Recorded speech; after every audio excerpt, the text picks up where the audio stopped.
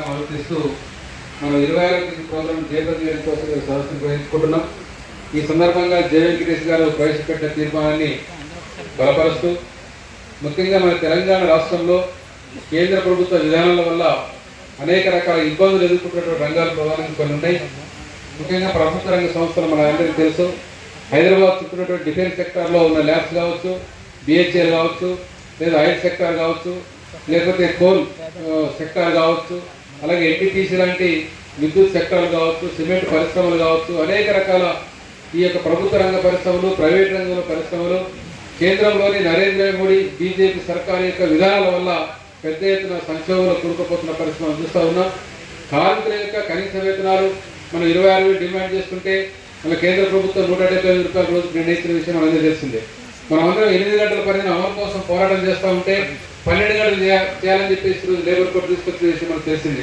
ప్రతి ఒక్క కార్మికుడికి ఉద్యోగ భద్రత ఉండాలి, పిఎఫ్ ఉండాలి, ఈఎస్ఐ ఉండాలి, బోనస్ ఉండాలి, సెలవులు ఉండాలి, కార్మిక చట్టాలు అమలు చేయాలని చెప్పేసి మనం పోరాటం చేస్తూ ఉంటే అవన్నీ తీసేస్తూ రోజు మోడీ సర్కారు లేబర్ కోడ్ని తీసుకొని వచ్చింది. ముఖ్యంగా అసంఘటిత రంగంలో పనిచేసే భవన నిర్మాణ కార్మికులు, ట్రాన్స్పోర్ట్ కార్మికులు, హమాలీ కార్మికులు, బీడీ కార్మికులు, ఇలాంటి అనేక రంగాల కార్మికులకు కూడా కనీస చట్టాలు ఉండాలి, సంక్షేమ బోర్డులు ఉండాలి, కనీస రక్షణ ఉండాలని చెప్పేసి మనం డిమాండ్ చేస్తూ ఉద్యమాలు చేస్తూ ఉంటే ఈ అసంఘటిత రంగాన్ని పూర్తిగా ధ్వంసం చేసే పరిస్థితుల్లోనే కేంద్ర నిర్ణయాలు ఉంటున్న విషయం మనకు అందరికీ తెలిసింది. అందుకే కార్మిక రంగంలో పనిచేస్తున్నటువంటి కార్మిక వర్గ యొక్క సమస్యల పరిష్కారం కోసం ఒక సంఘటిత ఉద్యమం దేశవ్యాప్తంగా అన్ని కార్మిక సంఘాలు చేస్తున్నాయి. అదే సందర్భంలో మరో పక్కన మొత్తం వ్యవసాయ రంగాన్ని కాపాడుకొని రైతులు రక్షించుకోవడం కోసం రైతు సంఘాలు దేశవ్యాప్తంగా మరో పోరాటం కొనసాగిస్తూ ఉన్నాయి. ఇంకో పక్కన వ్యవసాయ కార్మికులు, గ్రామీణ పేదలు, కూలీలు తమ యొక్క రోజువారీ కూలీ వేతనాల కోసము, ఉపాధి హామీ రక్షణ కోసం కూడా పెద్ద ఎత్తున పోరాటాలు చేస్తూ ఉన్నారు. ఇవన్నీ కలిపి ఒక దేశవ్యాప్తంగా సంఘటితంగా అందరూ కలిసినట్టుగా ఐక్య పోరాటం చేయాలని చెప్పేసి గత 2-3 సంవత్సరాలుగా ఈ దేశంలో కర్షకులు, అలాగే కార్మికులు, వ్యవసాయ కార్మికులు ఒక మహా ఉద్యమాన్ని నిర్దిస్తున్న విషయంలో మన అందరికీ తెలిసిందే. కాబట్టి దాన్ని మరింత ముందుకు తీసుకొని పోవడం కోసం, మన యొక్క హక్కును సాధించుకోవడం కోసం కూడా ఈ యొక్క కార్యక్రమాన్ని ఈరోజు మనం తీసుకుంటా ఉన్నాం. దేశవ్యాప్తంగా 500 జిల్లాల్లో ఈ కార్యక్రమం జరగాలని చెప్పేసి పిలుపునిచ్చి ఉన్నారు. ఎందుకంటే చాలా ప్రమాదకర పరిస్థితులు రాబోతున్నాయి. ఈరోజు లేబర్ కోడ్లకు సంబంధించి కాంగ్రెస్ మాట్లాడారు. ఇప్పుడు సెంట్రల్ గవర్నమెంట్ నరేంద్ర మోడీ సర్కార్ తీసిన నిర్ణయం ఏంటంటే కేంద్ర ప్రభుత్వం రేపు 2025 ఏప్రిల్ 1 నుంచి లేబర్ కోడ్ అమలు చేయాలని చెప్పేసి నిర్ణయం తీసుకున్నది. ఒకసారి లేబర్ కోడ్ ఏప్రిల్ అమల్లోకి వస్తే ఈ కార్మిక సంఘాలు బతికిపడే పరిస్థితి లేదు. అదే సందర్భంలో 12 గంటలు అయిపోతా ఉంది. ఏ యొక్క పరిశ్రమ కూడా అది మూసేస్తున్నా తెలుసుకున్న యజమానికి సంబంధించిన పరిస్థితిలో వచ్చేసిన పరిస్థితులు వస్తూ ఉన్నాయి. అందుకే రేపు 2025లో ప్రమాదం ఉంది. ఇప్పుడు అదే అనేక రకాల సమస్యలు వస్తూ ఉన్నాయి. రైతాంగం ఇబ్బందులు పడుతున్నారు, కార్మికులు ఇబ్బందులు పడుతూ ఉన్నారు, ప్రభుత్వ రంగ సంస్థల కార్మికులు ఇబ్బంది పడుతూ ఉన్నారు, అసంఘటిత రంగ కార్మికులు ఇబ్బందులు పడుతూ ఉన్నారు. ఇటువంటి పరిస్థితుల్లో ఈ అన్ని సమస్యల పరిష్కారం కోసం సంఘటితంగా ఐక్యంగా ఈ ఉద్యోగం తీసుకోవడం కోసమే ఈరోజు యొక్క సదస్సుని మనం నిర్వహించుకుంటున్నాం. ఈ సదస్సు సందర్భంగా ఇప్పుడు రైతు సంఘం నాయకుడు సాగర్ గారు మాట్లాడి కోరుతున్నాం.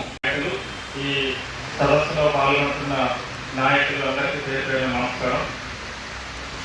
ఈరోజు ఈ సదస్సు తర్వాత రేపటి నుంచి 25వ తేదీ వరకు అన్ని గ్రామాలు, పట్టణాలు, జిల్లా కేంద్రాలు, పారిశ్రామిక ప్రాంతాలు, వ్యవసాయ మార్కెట్లలో విస్తృతమైనటువంటి ప్రచారాన్ని నిర్వహించాల్సినటువంటి అవసరం ఉంది.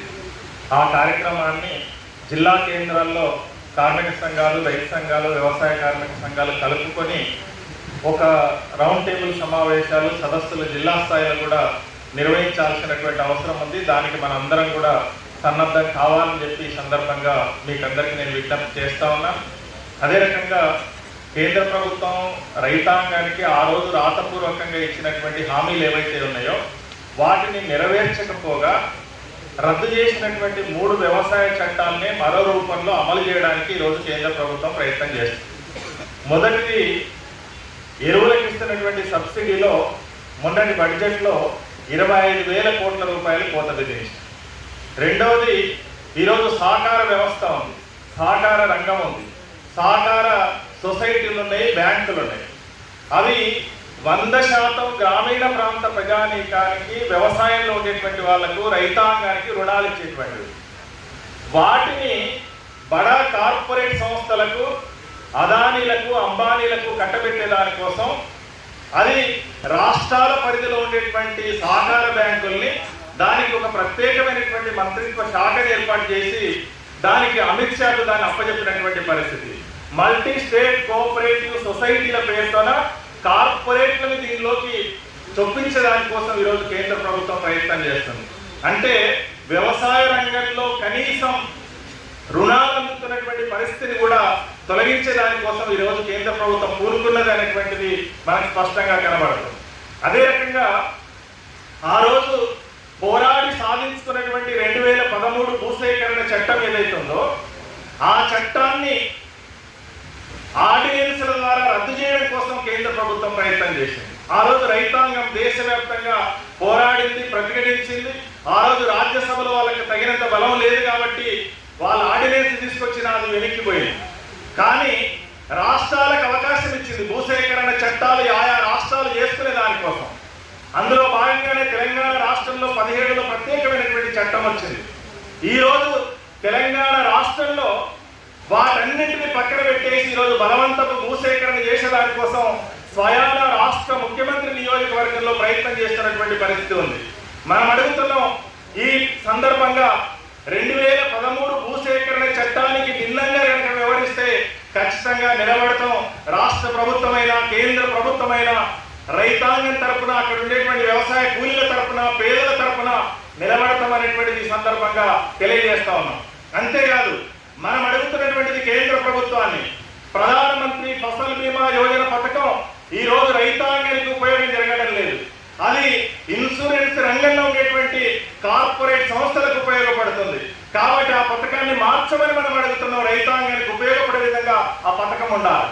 మన తెలంగాణ రాష్ట్రమే కాదు 8 రాష్ట్రాల్లో గుజరాత్తో సహా ప్రధానమంత్రి సొంత రాష్ట్రమైనటువంటి గుజరాత్తో సహా ప్రీమియాన్ని కేంద్ర ప్రభుత్వం తన వాటాని తగ్గించుకొని రాష్ట్రాల వాటా పెంచినప్పుడు 8 రాష్ట్రాలు బయటకు వచ్చినాయి. మనలాంటి రాష్ట్రంలో పంటల బీమా అనేటువంటిదే లేదు. ఈరోజు ప్రకృతి వైపరీత్యాలు పెరిగిపోతూ ఉన్నాయి.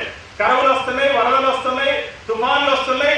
ఇట్లాంటి పరిస్థితులలో అకాలమైనటువంటి తెగుళ్ళు వస్తున్నాయి. ఈరోజు పత్తికి గులాబీ తెగులు వచ్చింది, మిర్చికి తామర వైరస్ వచ్చింది. ఇట్లాంటి పరిస్థితులలో రైతాంగానికి కనీస భద్రత లేనటువంటి పరిస్థితి ఉంది. దీన్ని మార్చమని మనం అడుగుతా ఉన్నాం. అదే రకంగా కనీస మద్దతు ధరల చట్టంతో పాటు మనం అడిగినటువంటిది రుణాలను రద్దు చేయమని అడుగుతున్నాం. నరేంద్ర మోడీ ప్రభుత్వం అధికారంలోకి వచ్చిన తర్వాత ఈ 10 ఏళ్ల కాలంలో ఏటా 10 నుంచి 13 వేల మంది రైతులు ఆత్మహత్యలు చేసుకుంటున్నారు. ఈ దేశానికి అన్నం పెడుతున్నటువంటి అన్నదాత అదే వ్యవసాయ పొలంలో ఆత్మహత్య చేసుకొని చనిపోతున్నాడు. అక్కడ చీడపీడలను చంపడానికి తీసుకొచ్చినటువంటి ఆ పురుగుల మందునే తాగి ఆత్మహత్యలు చేసుకొని చనిపోతున్నారు. వీటిని ఆపాల్సినటువంటి బాధ్యత మీకు లేదా అని అడుగుతున్నాం. వీటి నివారణ కోసం మనం అడిగినటువంటిది కేరళ తరహాలో రుణ విమోచన చట్టం కావాలని అడిగినాం. ఆ దానికి చట్టబద్ధత కావాలని అడిగినాం. అది గతంలో కేసీఆర్ ప్రభుత్వం నామమాత్రంగా ఒక కమిటీ వేసి వదిలేసింది.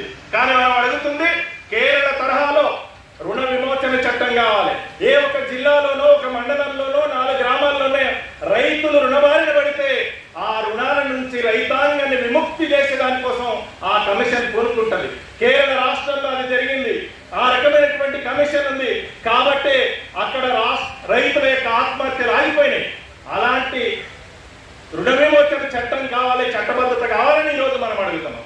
కాబట్టి ఈ డిమాండ్లన్నింటితో పాటు కార్మిక వర్గం డిమాండ్లు, వ్యవసాయ కూలీల యొక్క డిమాండ్లు, ప్రజా సమస్యలన్నింటినీ తీసుకొని 26వ తేదీ నాడు 4 సంవత్సరాలైంది మనం పోరాటాన్ని ప్రారంభించి. ఆ రోజు జాతీయ కార్మిక సంఘాలు, రాష్ట్రాల్లో ఉండేటువంటి కార్మిక సంఘాలు జాతీయ సమ్మెకి పిలుపునిచ్చినాయి. అదే రోజు రైతాంగం అందరూ కూడా శాంతియుతంగా ఢిల్లీకి బయలుదేరినటువంటి పరిస్థితి. ఈ 4 ఏళ్ల కాలంలో ఆ రోజు విడివిడిగా ఇచ్చినటువంటి కార్మిక సంఘాలు, రైతు సంఘాలు ఈ రోజు ఉమ్మడిగా భారత్ బంద్లకు పిలుపునిచ్చిన ఈ 4 ఏళ్ల కాలంలో ఈ రోజు దేశంలో ఉండేటువంటి అన్ని రైతు సంఘాలు, అన్ని కార్మిక సంఘాలు ఏకతాటిపైకి వచ్చి 26వ తేదీ నాడు ప్రదర్శనలు, ధర్నాలు నిర్వహించమని పిలుపునిచ్చినాయి. ఆ పిలుపులో తెలంగాణ రాష్ట్రంలో అన్ని జిల్లా కేంద్రాలు, మండల కేంద్రంలో పెద్ద ఎత్తున సమీకరించి కేంద్ర ప్రభుత్వానికి, రాష్ట్ర ప్రభుత్వానికి వాళ్ళు ఇచ్చినటువంటి హామీలు నెరవేర్చేదాకా పోరాటాన్ని కొనసాగించడానికి కోసం ఈ సదస్సు సందర్భంగా మనం అందరం ప్రతిన పూనాలి.